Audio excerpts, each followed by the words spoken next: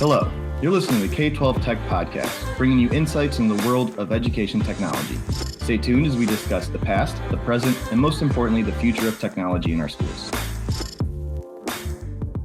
Hello, and thank you for joining the K12 Tech Podcast. My name is Sean. I am your host along with Mike Hotseller. And today we have Mike Daugherty of Chagrin Falls Exempted Village Schools joining us. He's a tech director over there. He's been there for a few years. So Mike, if you want to go ahead and introduce yourself, and we'll just kind of get the ball rolling. Sure. Thanks, Sean. Yeah, Mike Daugherty. This is my 13th year here in Chagrin Falls. Been doing the ed tech role now for 21 years in a variety of roles, everything from break fix technician, network administrator, and then ultimately tech director, CTO. Spent some time coding, spent some time doing PD. So I feel like I've kind of run the gambit in terms of positions in the ed tech space. So you're literally a man of many hats at Chagrin. Many hats everywhere, it feels like. Early in the career was more just we needed to do that. You know what I mean? A K12 school couldn't afford a developer. Not like we can afford one now, but there were times where we just had to write software or code ourselves because there was no other way to do it. Same thing with, PD and things like that. There just wasn't options out there. Landscape has changed quite a bit in 21 years. So yeah, a lot of it was out of necessity more than anything else. Oh, I would say the landscape's definitely changed, especially, it's been on hyperdrive the last 3 years, really. So I'm sure, your roles from day to day have changed drastically from 2018 to now. Yeah, it's funny because one of the things that we did this year in Chagrin was we started a flexible learning program, and we'd actually been looking at that pre-COVID. So the idea was just to be more flexible with time. So maybe as a teacher, you didn't need to meet with your students 5 days a week. Maybe you only had to meet with them face-to-face 2 days a week, and the other 3 days could be office hours or time for them to work on their projects.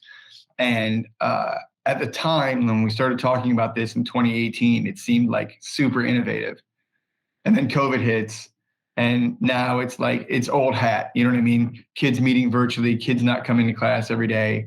It's almost a norm now.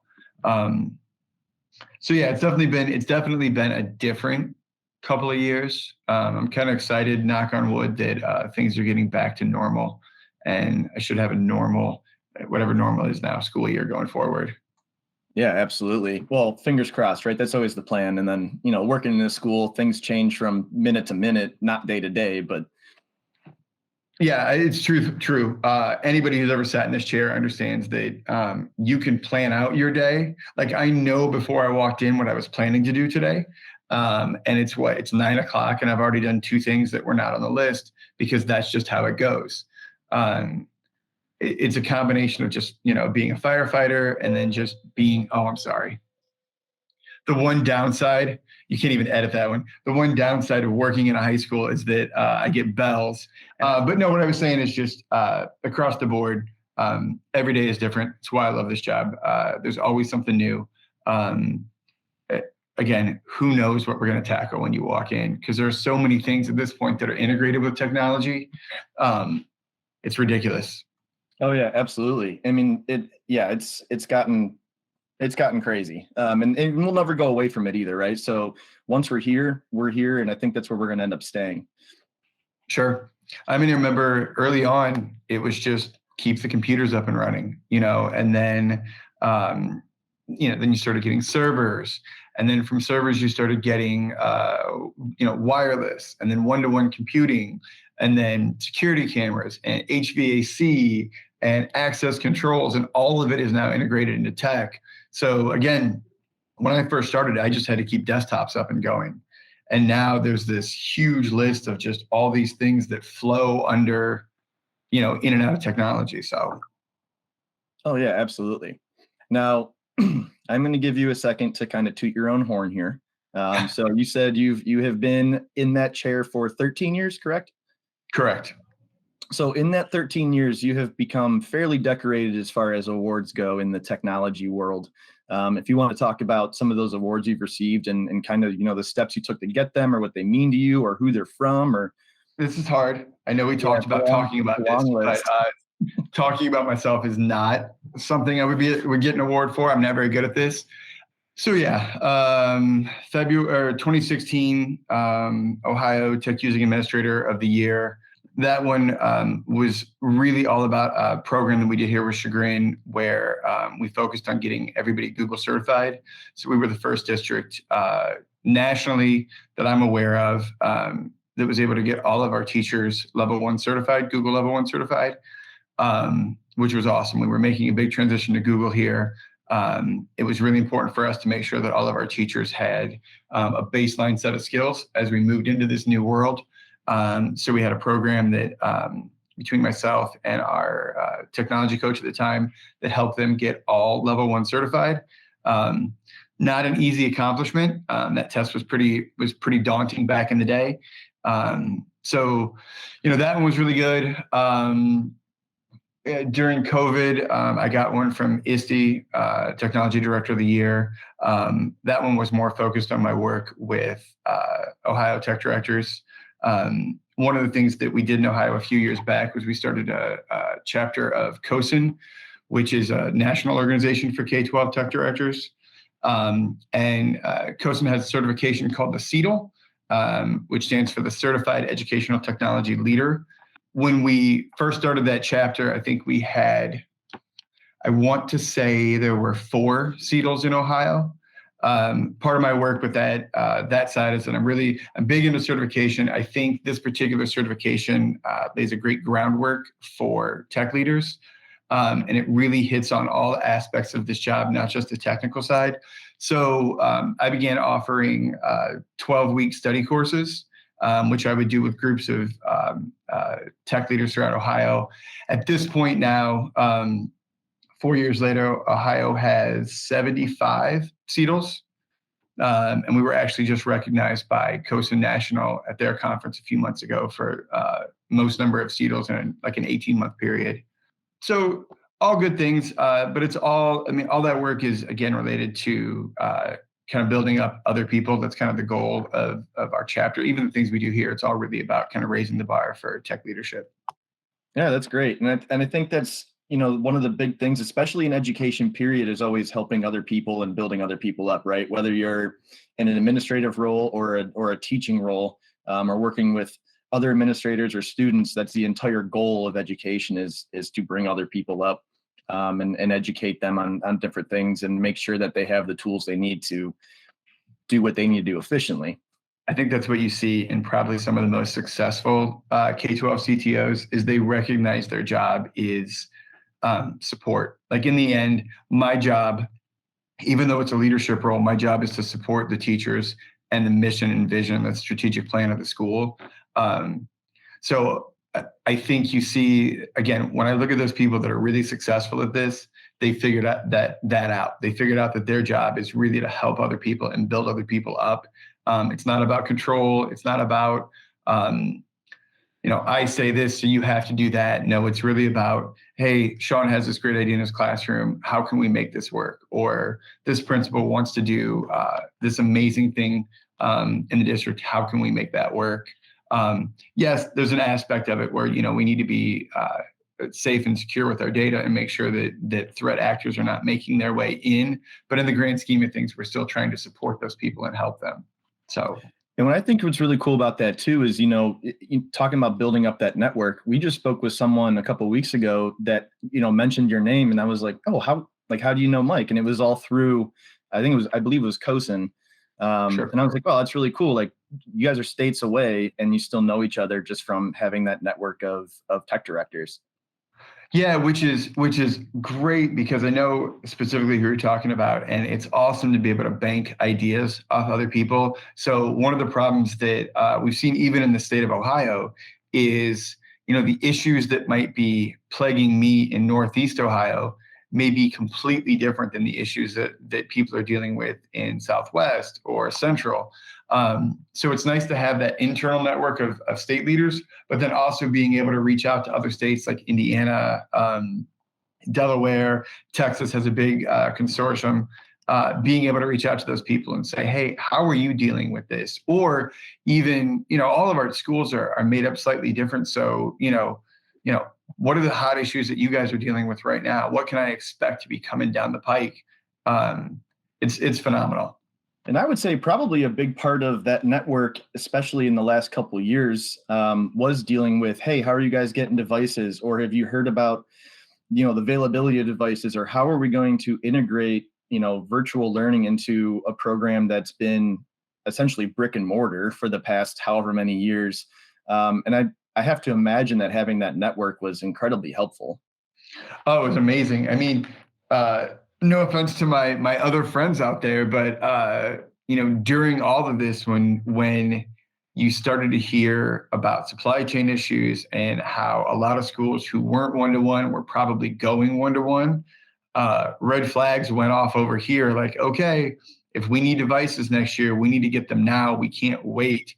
And so that network of people helped me figure out who had devices, and B, it was enough for me to get the treasurer to do PO much earlier than we normally would.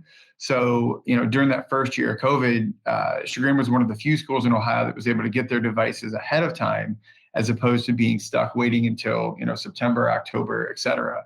But again, it was all through that network of folks saying, hey, we're seeing some issues. I tried to order devices and I'm not going to get them, or I talked to this manufacturer and they're telling me we're not going to have devices till November. I mean, that was really huge for us to be able to kind of get out in front of that as much as we could. So as far as new devices go, and I know just from working with you guys, there have been some issues from the ordering side to these manufacturers rushing all of these parts out. I mean, what kind of difficulties came along with even once you had those devices in your hand because of the chip problems and the shipping situations? And what did you guys experience with, your new devices that you have at the school, and even trying to get old ones to keep working, or anything that you guys went through? Sure. So a couple of things come to mind. One, you kind of mentioned the chip problem. Yeah, early on, we had gotten a shipment of devices. Somewhere along the way, I missed that they swapped out the chip on those for one that I probably wouldn't have gone with. But again, timing and the need of the device, we had to get something. So early on with that particular device, it's September, remote learning is in full effect, and our high school kids all have brand new devices, and they're telling us just how bad the video and the audio is. And here to come to find out that there was an issue with both Meet and Zoom with that particular chipset. So I've got a superintendent that's calling me like, can we brought brand new devices for all of our high school students specifically for remote learning, and you're telling me it doesn't work well. So luckily, it was patched within about probably 6 weeks, but there were definitely some pain points through there. Another big thing that was rough for us is typically we've relied on our manufacturer to do the white glove process for us. So, enroll them into the domain, get them joined to wireless, tag them, inventory them, and provide all of that to us. And we had to kind of punt on that the last few years during COVID, because we weren't sure we'd get the devices if we went down that road.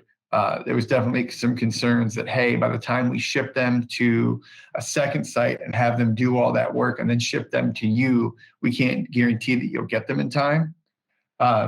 So that was an issue. So we had to kind of do that work in-house. And it's not horrible work. It's labor intensive. So we had some high school kids. I even got my own 13-year-old son to help out last year to do some of that. I'm trying to think, there was one other thing that I wrote down just along those lines.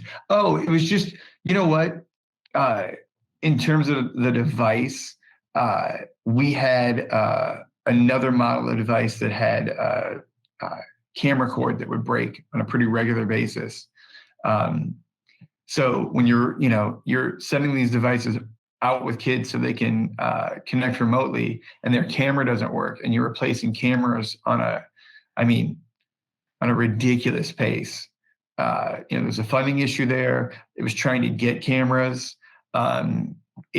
Then we had to decipher, how many of these were real issues and how many of these were kids just understanding that, hey, if I say my camera doesn't work and I'm on this computer, they'll just believe me, so I don't have to turn my camera on.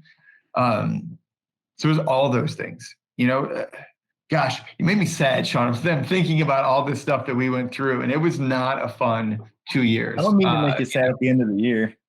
Yeah, it's all good. It's the end of the year. I'm just sad. I'm thinking about all the stuff that we dealt with. Gosh, at one point we were even driving devices to kids' houses and dropping them off, like leaving them on the front porch in a bag. Yeah. And again, once we had our process down, once we, started the year and really had a process for repair and delivery and cleaning and all that, things actually went pretty well. It was just getting over that initial hump of, how's this going to work? What's this going to look like for teachers? Yeah, so you brought up going to the students' houses and dropping off devices. I actually did that for one of our clients.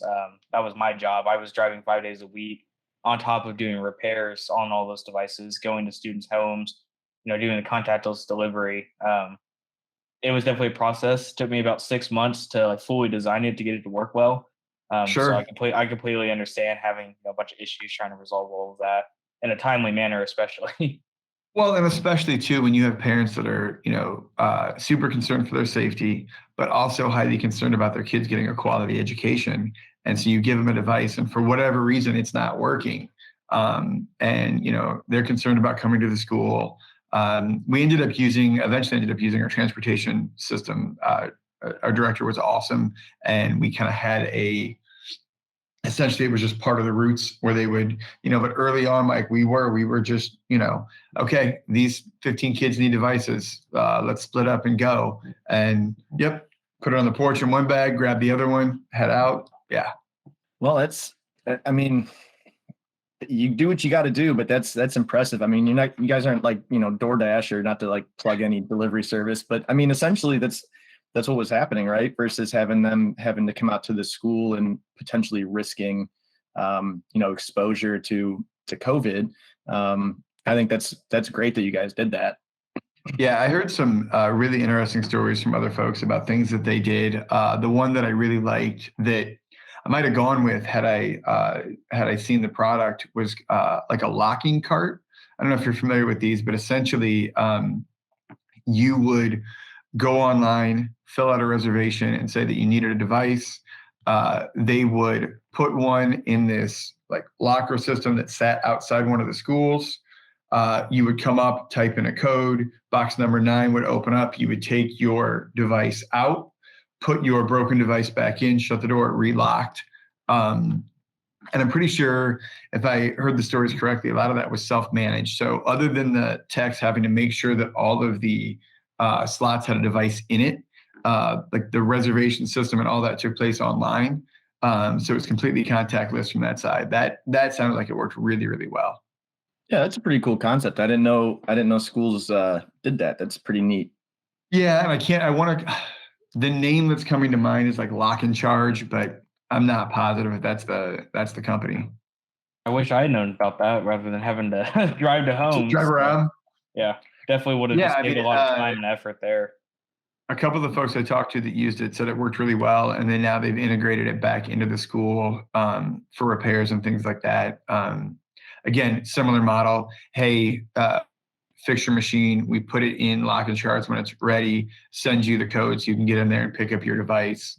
Well, hopefully we don't have to do that again this summer. I don't see us going there, at least not right now, right? But again, never know. You never know. I thought last summer we were rolling into a pretty quiet summer, and then we were going to have a normal school year, and then we had the big uptick. So you never know what's going to happen. So, assuming everything is going to go smoothly and continue on the course that it's on right now, what's next for you in the next couple of weeks here? I know you guys are coming up at the end of the school year. I don't know if your seniors are done yet or not, but I know we're getting close if they're not. And then the school year in general is wrapping up. Yeah, so seniors are done. We actually had graduation on Sunday, so they're done. Kids are here for another week and a half or so. Gosh, no, won't Yeah, week and a half. Really for me, a lot of prep for summer projects, a lot of upgrades that we haven't been able to do in the past couple of years, just because we've spent our summers planning for COVID. So I've got that. We've had a number of staff turnover this year, which from what I'm understanding is happening kind of across the board K12. So kind of prepping for some new staff members. And then really planning for next year. Unfortunately for us, Sean, it's a short summer. I think we only get 9 weeks, just based on timing here.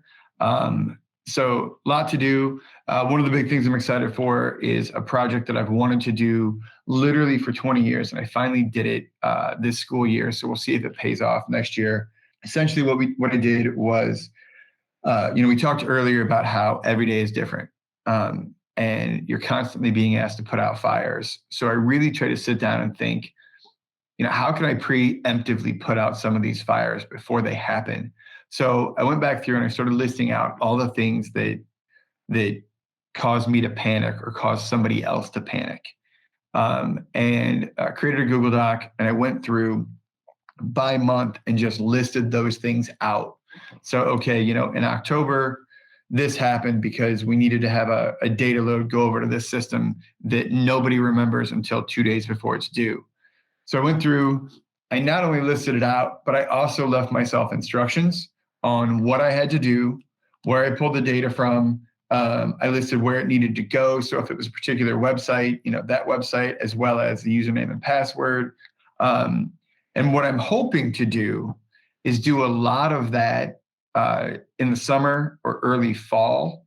So, these data loads don't have to wait all the way till October. They can happen as soon as we roll over to the new school year. So try to get those things taken care of before they become fires. I worked with all my vendors to get all of our software subscriptions that were kind of all over the board. Those all renew July 1 now. So no one's hitting me up in November to say, oh my gosh, so-and-so, this software expires tomorrow. We need to renew. That's a fire. I don't want fires. Nope. We're going to do everything in July. So I have this document. I have this plan. We'll see how it goes. But I'm pretty excited for that. I think it's going to go well. I think it's going to make next year a little bit smoother just in general. Again, wanted to do it for years, but unfortunately we just get so busy, and you clear out the fire, but I never bothered to write down all the stuff that we needed to do to prevent it going forward. So we'll see how that goes. Well, and you had mentioned earlier that, even today you had a list of things to do, and 2 things that weren't on the list already popped up, and it was 9 a.m. Sure. So lists are great, but I feel like as the list gets bigger and the time for summer gets smaller, a lot of little fires may be worse than a big one. Sure. Again, I know we talked about this before, but that's the one catch with this job that is both a blessing and a curse. I love the fact that the work is all over the place, and that, tomorrow I might be dealing with an HVAC system or a access control problem. On the flip side, in a smaller district like mine where it's just me, having all of those things kind of fall under your umbrella can be challenging at times. So again, enjoy the differentiation in the work, but man, there are days where it just seems like it's nothing but little fires. Why being flexible is a great skill to have. Oh my gosh, you have to in this role. And again, it's like everything else. We have to walk this this balance between, end user experience and security. I could lock a lot of things down to the point where we'd be super secure, and I think I could prevent some of those fires that we talked about. But on the flip side, I'm going to create a whole nother set of fires from users that can't do what they want, or I'm going to spend a bunch of time, unblocking websites or adjusting and tweaking. So it's this constant tightrope of, what do the teachers need? What do the students need? But what do I need from the IT side of things to keep everybody safe and secure and not end up on the front page of, any paper or any website? I've already seen you on the front page though. And you got for a bad thing. Technology Teacher of the Year. Yeah. No. I don't want to be on I don't want to be on any website for the bad stuff that could potentially happen. I just spoke with somebody this morning talking about ransomware and things like that. It's a scary time right now. 100%. So outside of the school then, coming up for you with, ISTE and what was the other one we just talked about? COSIN. What kind of events are coming up, or are you hosting anything, or, what's in the future for you?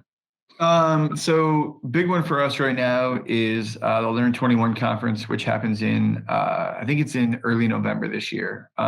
It's down in Columbus. It's through our Ohio chapter of COSIN, but it's really more dedicated to technology leaders. It feels like most conferences are focused either purely on the technical side. So like a Brainstorm is a pretty technical conference. ISTE, OETC, FETC, those typically more focus on the educators. So the Learn 21 conference really focuses on K12 tech leadership. So we're super excited about that. Working on who we're going to get for the keynote on that. Not allowed to talk about it yet because we haven't officially booked it, but I'm really excited about the organization that we're talking to. I've heard them speak already. So yeah, that's the big one for us is prepping for that.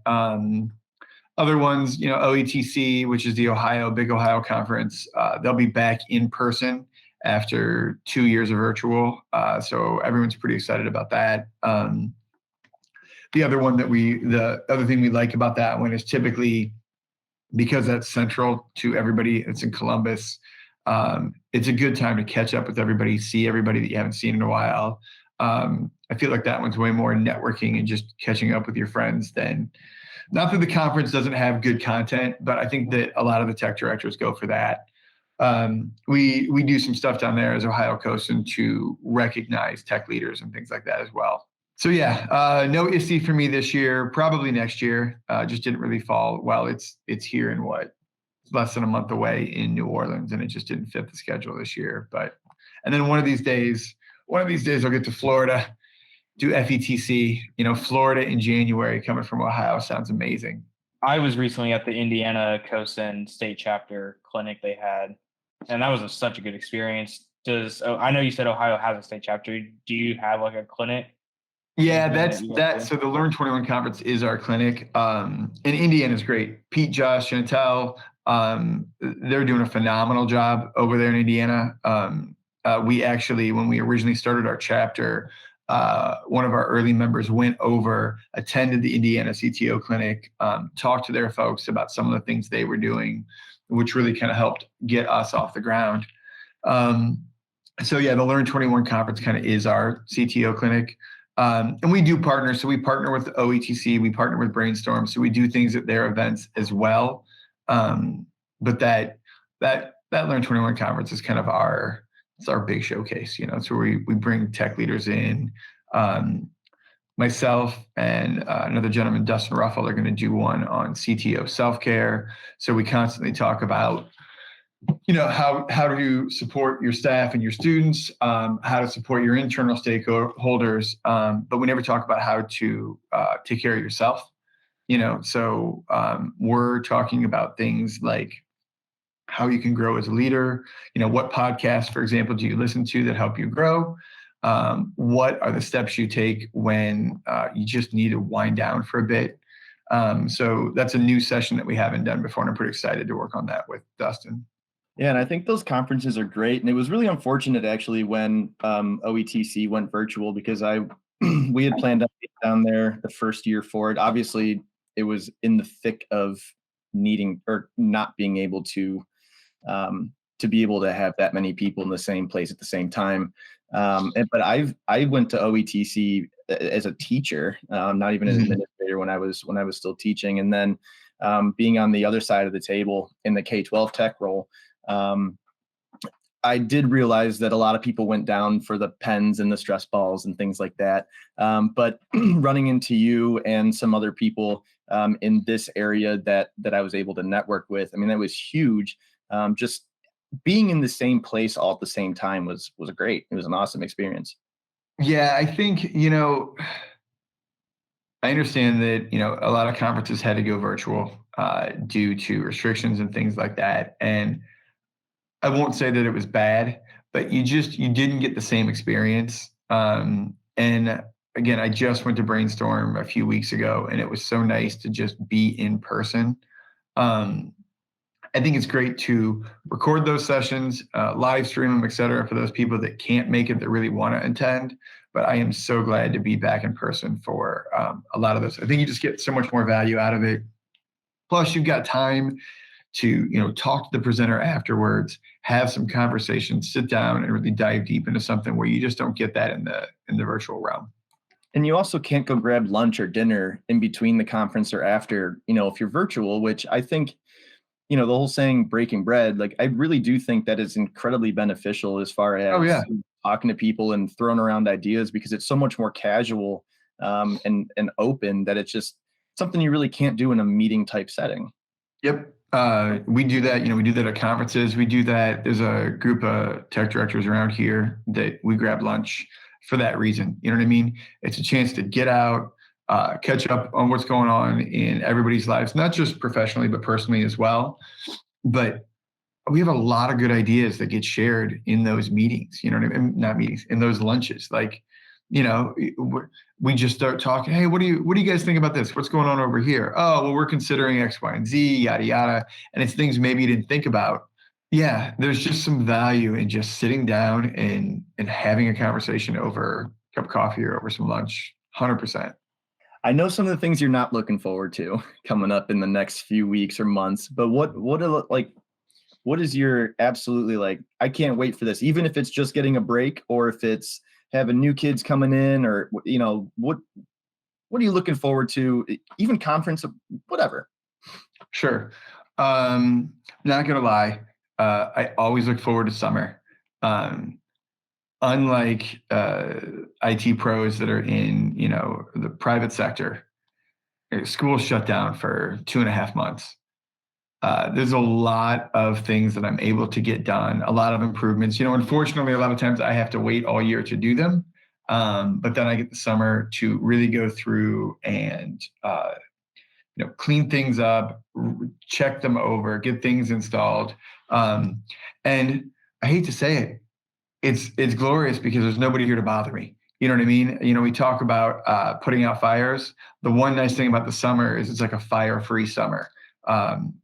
Typically in the summer, if I have a plan for the day, that's what I'm going to be able to do. I'm not saying everything on the plan is going to go perfect, but if I set out to, redo our camera system, I'm probably going to have all day to do it as opposed to 20 minutes before someone interrupts. So not going to lie, looking forward to summer. Looking forward, I mentioned that we've had some staff turnover. It's a little bit bittersweet. There's some folks that are leaving that I really like, but I'm also excited for that infusion of some new ideas. You know what I mean? You get new folks in new positions. They bring their experience around. So I'm excited about that. I know I mentioned Learn 21.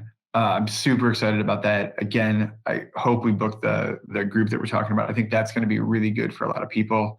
We'll talk offline about that because I'd love to share a little bit more about them with you. Knock on wood, it's just I'm hoping to get back to a normal school year for once. Again, 21 years of doing this, I think a lot of people in this boat are just ready for a normal K12 summer.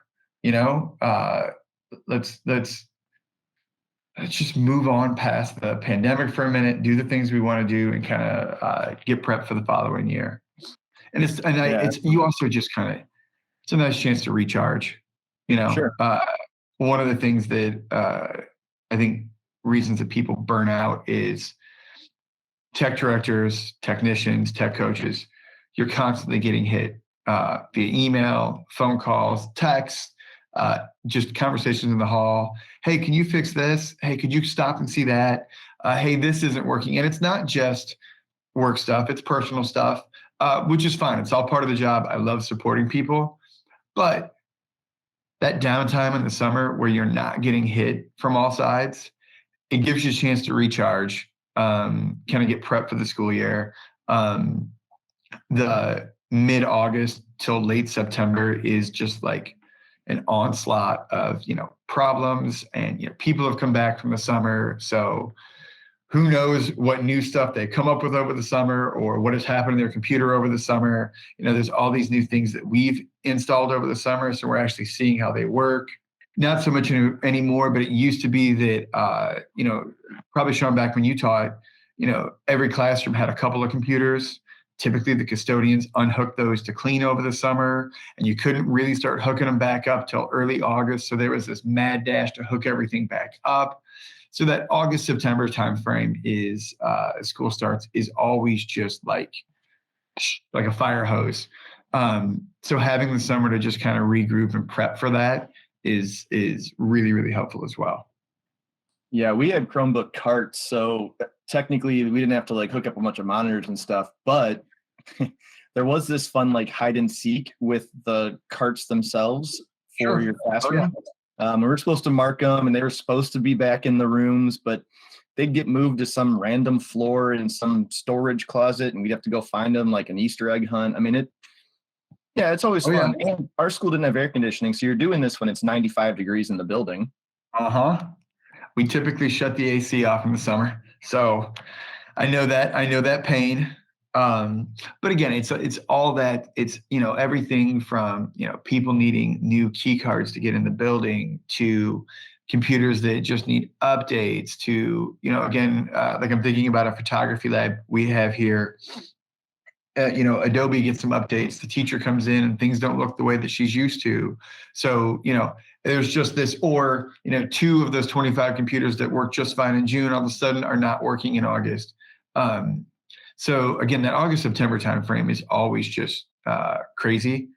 And I think the last thing I would say that I'm looking forward to is I mentioned earlier that I run that training course for CTOs that typically starts in October. And I've already got a list going. There's a number of people that are already excited to sign up. That's always fun for me because I get to meet new people from around the state. Even though I'm teaching the same material that I've taught before, it's very conversational. We talk a lot about how you would apply these skills to your role or to your district. And it's always great because you hear different ways that people are addressing problems or are dealing with something, or innovative ways that they've tried. So I kind of always look forward to that too, that, new group. It's typically 20 to 25 people in those groups. So again, there's a ton of learning that goes on there that I just really enjoy. Well, and you mentioned earlier too that you guys were one of the first districts, I want to say, that had all of your teachers and staff members Google certified.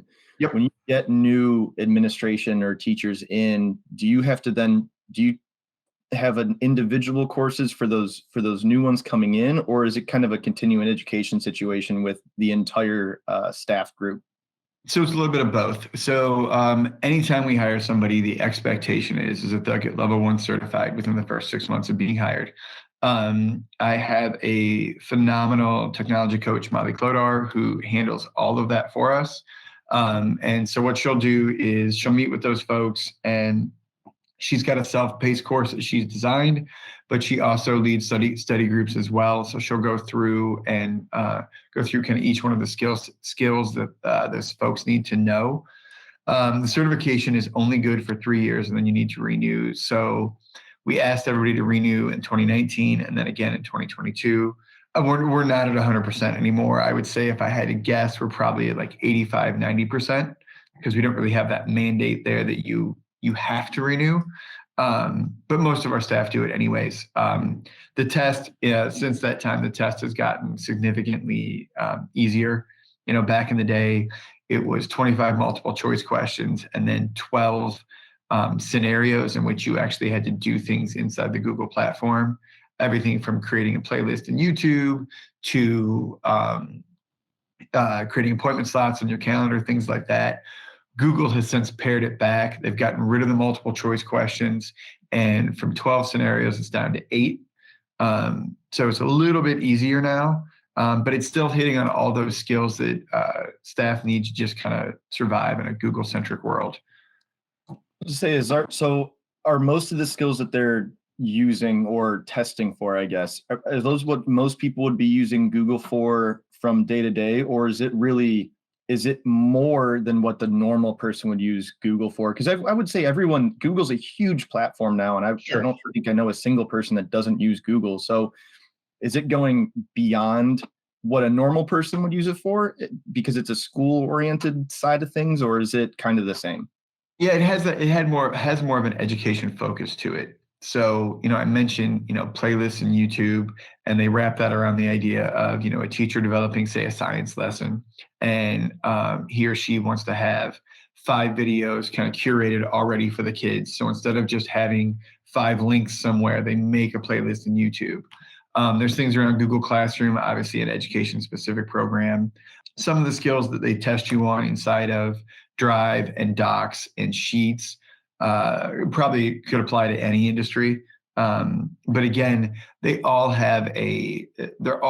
taken from kind of that educational lens. So it's things that most of our teachers are doing on a daily basis anyways, or a weekly basis. So there's a number of our staff members who can just take that exam without needing to study. It's just stuff they do. You know what I mean? Yeah, absolutely. And I remember, even from like the Google Meet standpoint or using a Zoom meeting, when we first went virtual, I don't know how many videos you see of people that, we're talking for 40 minutes and their mic was still muted, or, they didn't realize their camera was on, or whatever the scenario was. And it was some of those things where, can they be comical? Sure. But should you know not to do that, or how to use the system before you log on? Absolutely. And I think from a teacher standpoint, if I was asked to do something in a classroom and I didn't know how to do it and I was on the spot trying to figure it out, it one, doesn't look good for the teacher, and 2, it's not helpful for the students at all. Yeah, that was one of the big reasons that we were super successful during the pandemic with remote learning, was that training piece. So to that point, we gave teachers the option of both Zoom or Meet.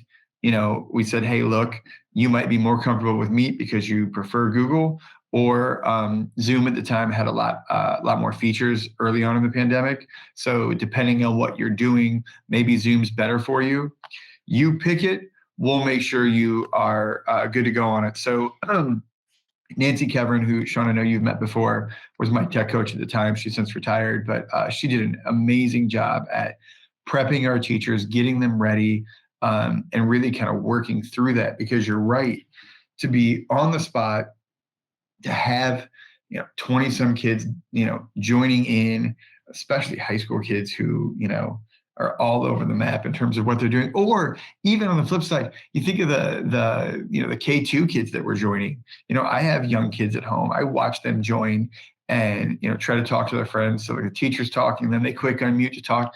Like, it's a lot. It's a lot of a lot. So that training and that prep work was just so important in order for people to be successful. Yeah, absolutely. I know even in our meetings now, and we are a tech company, we still have issues unmuting microphones or hitting the record button or whatever it is. And there's a learning curve regardless of how old you are. I do think that younger kids, especially the middle school age, are probably more comfortable with it because they've been around technology for so much longer than we have. I know when I was in high school, we had computer labs. We took keyboarding classes. I don't even know if schools still offer those anymore because everyone's already typing on a computer when they're 6 years old.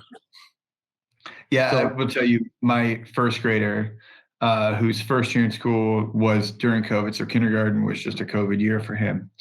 It blew my mind how easily he was able to connect to a Meet, and he knew how to mute and turn his camera on and off and all of those things. He came over one time and he had set his background differently. And I'm like, I didn't teach you that. We didn't go, that wasn't a skill I taught you. But, again, it's that these kids are growing up on it. Like somebody told me the other day, and it kind of blew my mind, but the iPhone 13, right? That's probably the oldest piece of technology my first grader is ever going to remember. So 30 years from now, when he's walking in a vintage boutique, and like Sean, you or I might remember Atari or NES or something like that. Sega Genesis, man. he's going to be like, oh gosh, you remember the iPhone 13? But what we feel is like the, pinnacle of technology right now, personal technology right now. He's going to be like, you know what I mean? Like that's nothing. Oh yeah. No, I remember my parents' phone just having like the little green screen on it with the black numbers. Oh yeah. To my first flip phone, which I thought was cool because it had a colored screen on it, but no camera, to now, I mean, my entire office can fit in my pocket. I remember date myself here, but like we had a TV when I was in, gosh, I don't know, second or third grade. It still had UHF and VHF that you had to switch between to get. So like you could get channels like 1 through 13 on the one, but then if you wanted like, channel 33, you had to switch it over and there was a second knob. I can remember, gosh, all of those things from, good old VCRs and we're trying to record your favorite show, to Nintendo and Sega, Dreamcast with the little disc. Remember Dreamcast was like super cool because it had CDs. Oh yeah. Oh yeah. Good times back. Yeah, it was pretty cool. Game Boy. Oh yeah. Which I think is awesome. And I can't even imagine the type of technology that's out there right now that isn't available to civilians, which is scary, but also really cool at the same time. But even just looking forward to where we're heading, even in education, like what kids are going to be able to do in not even 10 years, but let's say 2 more years from now, Sure. I think it's going to be really impressive. But at some point, that's also going to make your job probably a little more difficult. Yeah, I mean, for me, I think the next thing that we're all going to have to focus on and support is going to be kind of the evolution of AR, VR. Like when you look at like an Oculus, I'm already seeing some schools that are starting to integrate Oculus into different areas, and we're still at that early adopting stage. So there's not a ton of educational activities, but you're seeing some things that are working. Like we've talked baseball in the past, Sean. I know schools that coaches are using them because there's a baseball simulator in there where you're truly swinging the bat at a real pitch, and they're seeing improvements with their kids. So I think we're going to see, as that technology gets better, I think that's going to be the next kind of evolution. I keep reading that Apple's got something in the works that we're going to hear about sooner or later. I just read an article the other day that said they debuted something to their board of directors. So again, if we're thinking 2 to 5 years down the road, I think that's going to be kind of the direction that it heads. Yeah, I'm interested to see where Chromebooks go. We're at almost 10 years now of Chromebooks. Are we getting there? Pretty close. So I'm interested to see how those will evolve as well. I think they're working very well. I'm using a Chromebook as we speak, but I'm interested to kind of see what's next for them. Yeah, I mean, we even have some school districts, I know here in Indiana, that they just bought their new Chromebooks for next year, and they all come with like cell signal. You can get a SIM card for them. Yep. Which that's just crazy to me that now you don't even need Wi-Fi for your Chromebook to work. You can connect anywhere you've got cell service. So. Yep, I could definitely see that becoming a bigger trend kind of across the board. But then how are you supposed to skip school? I mean, you can't do it anymore. Just leave your Chromebook at home. It's fine. It just says you're at the house. No, I do think that's amazing. And the 3D technology and the VR that we're kind of getting to, even at OETC, this had to be 5 or 6 years ago, they had like tablet screens that you could put on glasses for that would make it 3D, and then you use 2 pens and you could do virtual dissections. Yep. And even from a science standpoint, which is what my background was in, to be able to get away from that smell in a classroom for a week, to be able to actually zoom in on things and on an Oculus headset would have been absolutely amazing, and really cool. Or exploring space or doing whatever things that you can't, to be able to be immersed in it versus just staring at it at a screen or right in front of you, would be just an awesome teaching tool. Yeah, I have watched my oldest son, because we have an Oculus at home, and he'll come downstairs from after playing, and he's full on sweating. I'm like, what were you doing? He's like, I was playing tag. I'm like, in what? He's like, Oculus. So, he's basically confined in this somewhat like 5x5 area, but he's fully into it. I don't know if you've ever played, Sean, but I'll tell you, the first time I played, I wish it would have been on video because I was playing some kind of like cartoon shooter game, and this guy was running at me with his little pop gun. And I went to stand up and fire my laser back at him. And in front of me in VR, there was like a desk. And I put my physical hand on a virtual desk and fell flat on my face because you get into it. So that's what I see. I think those are going to be, I think that's kind of the technology, from the educational side, like you said, you really start talking about dissecting, or from the scientific standpoint, just being able to get in there further. I'm imagining being able to manipulate objects inside of there, and really do a lot of, experiments and things that maybe you can't do in a classroom right now because logistically it just doesn't work.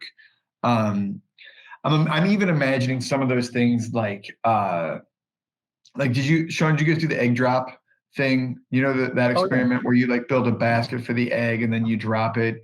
Like I'm imagining, kind of a merge between the VR world and even some of the, the 3D printing and the laser etching technologies where maybe you design this, inside of a virtual platform, then print out the physical thing and try it in real life. You know what I mean? That's what I think we'll see over the course. It just need a little bit more time for the technology to be refined.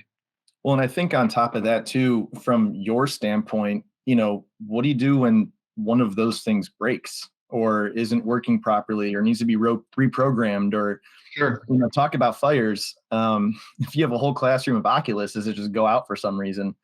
What happens? Yeah, but imagine that. I mean, think about it. Really think about it 20 years down the road. And I'm saying 20 for one reason. So I know we didn't get into this part of my career, but early on in my days at Kent State, I was a technical director for a video conferencing grant. And the idea from that grant was that we would put cameras at places like the Rock and Roll Hall of Fame and SeaWorld and the zoo, and classes could take virtual field trips. This is 20 years ago, right? It didn't go all that well because the technology just wasn't there yet. And it just needed too much bandwidth and too much power to make work. Fast forward, now we're doing a video call. I do 15 video calls a week, and this is just old hat. So when you think about these Oculus and the kind of the direction they're going, I'm not kidding. Imagine 20 years from now when it could be that giving you some kind of headset is just part of what the school provides, just like the Chromebooks. Like that is the next iteration of one-to-one could easily be one-to-one with whatever that gear is called. And you're right, you're going to need technicians who can fix them, who can reprogram them. That's a crazy thought, but I don't think it's that far out of the realm of possibility. Which I think is amazing. It almost makes me want to go back to school because some of the things that the kids can do now, I just never would have imagined, or not having to carry 10 books in your book bag and getting home and needing the chiropractor when you get off the bus. Like it's just amazing where we've come. And, it is very exciting to look forward to the future. But it's also one of those, like, it's also still an unknown, even though we kind of know the direction we're going. It's still like, well, who knows what's going to come out tomorrow? Yeah, I'm not going to lie. I was a super nerd growing up. So the idea that as a kid, I could have had a computer in my hands, essentially 24/7, makes me super jealous. I would totally go back. Looking at the Oculus and things like that, I'm like, oh my gosh. I'm like, it must be incredibly fun to be a kid right now from that standpoint. On the flip side, I just think of all the ways I would have got myself in trouble because you're kids and you don't make the best choices when you're a kid. So I'm kind of grateful that some of it wasn't around, when I was growing up. But yeah, it's I could totally see the idea going back and being able to. I'm just hoping it gets there before I'm too old to like, you know what it is? I don't want to be, 65 being like, where you got one of those DVD players? I just want to watch anybody got Superbad on DVD? I just want to watch that movie. You know what I mean? I don't want to I never want to be to the point where, I just don't understand the tech and it's just beyond me. Well, Mike, I'm sure you won't. And I know you're very involved in the technology world. So even if you are 65, I'm sure you'll be fine. But that's all we have for you today. I really do appreciate your time. If you have any closing statements you want to make or any shameless plugs, please feel free to go ahead and do so. No shameless plugs. I would just say, thank you both for having me on. Always a pleasure talking. You know what? I am going to plug one thing. If you're listening to this and you've never checked out CoSIN, and CoSIN, I will tell you, I was not aware of CoSIN for the first 15 years of my career. So if you're a K12 leader and you're not aware of CoSIN, definitely check it out. See what they have in your state. If you don't have a state chapter, reach out and we can kind of point you in the right direction. But I think there's a lot of resources. It just really helps grow the tech leaders in your state. I mean, I can't put a number on it. I can't tell you, Ohio has grown X amount, but I have seen the value of having a state chapter. Again, I love what Indiana has done. I've just seen the value of what it's done for us in Ohio. So that would be my shameless plug: is go out and explore CoSIN more and see what your state has from that side of the house. Yeah, absolutely. And the more conferences you can get to, the better. That's right. Well, Mike, again, thank you very much. Everyone that joined, thank you very much for listening, and we will talk to you next time.